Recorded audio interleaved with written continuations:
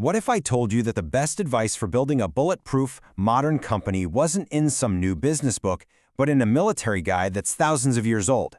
Well, today we are diving deep into exactly that, how ancient battlefield strategies can help you forge a business that's truly built to last. So, this is the big question, right? It sounds a little crazy. Can a text written for generals with swords and shields really give a modern-day entrepreneur the edge they need to win in the marketplace? The answer is a resounding yes, and you're about to see exactly how. So, here it is, our playbook for today. We've got 6 key principles lined up. We're going to cover everything from setting up your financial defenses and building your legal walls, to assembling your team and even planning your final move. Think of yourself as the general of your company, and this is your guide to winning the war. Okay, first things first. Any good general knows you have to secure your own position before you even think about attacking. For a business, that means building an absolute financial fortress. So let's start with the single most important rule of engagement. Let's start with just one number, 50%.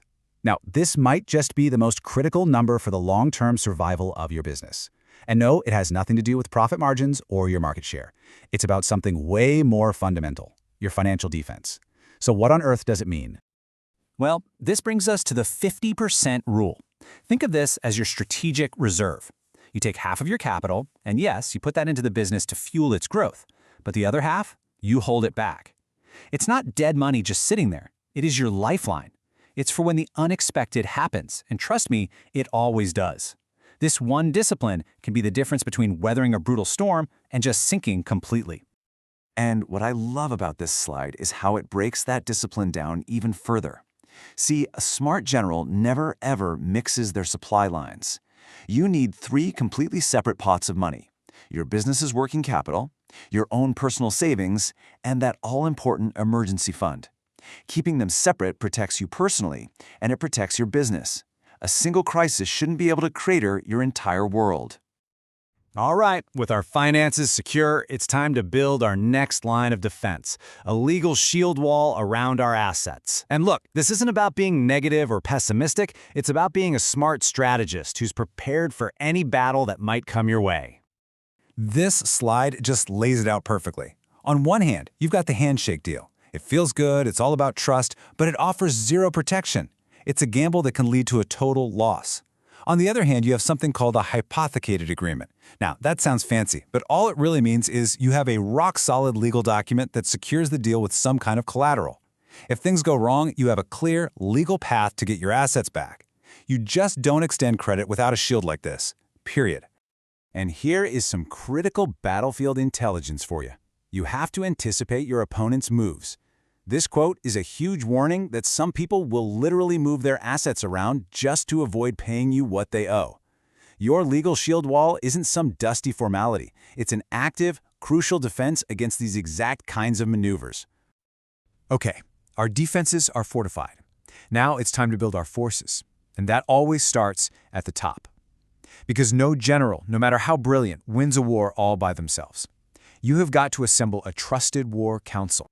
This is your command staff, your chartered accountant, your company's secretary, your corporate lawyer, and your labor compliance professional. Please, do not think of these people as just vendors you hire. They are your strategic advisors. They give you the critical intelligence you need to navigate the incredibly complex terrain of finance, regulations, and the law. Their advice is what lets you make smart, informed decisions instead of just guessing. So, with your command staff in place, we now turn to the absolute heart of any army, the troops. Your employees are your frontline soldiers, and believe me, their loyalty is your single greatest weapon. The strategy here is so simple, but it is unbelievably powerful. Instead of dumping a ton of money into flashy PR campaigns to look successful, you invest that money directly into your people. You share the profits from your victories with the employees who helped you win them.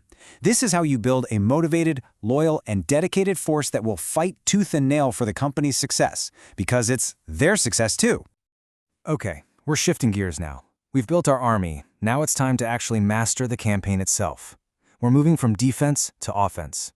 You see, to truly win, you can't just defend your position.